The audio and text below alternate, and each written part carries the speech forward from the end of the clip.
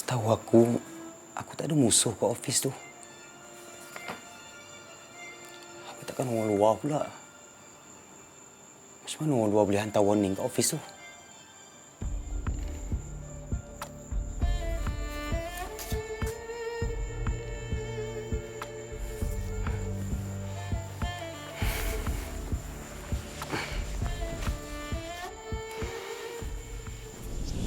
Ni dah kira ugutan tau, Smailuk. Kenapa kau tak bawa report polis? Alah, setakat tulis-tulis note je ni tak ada benda lah.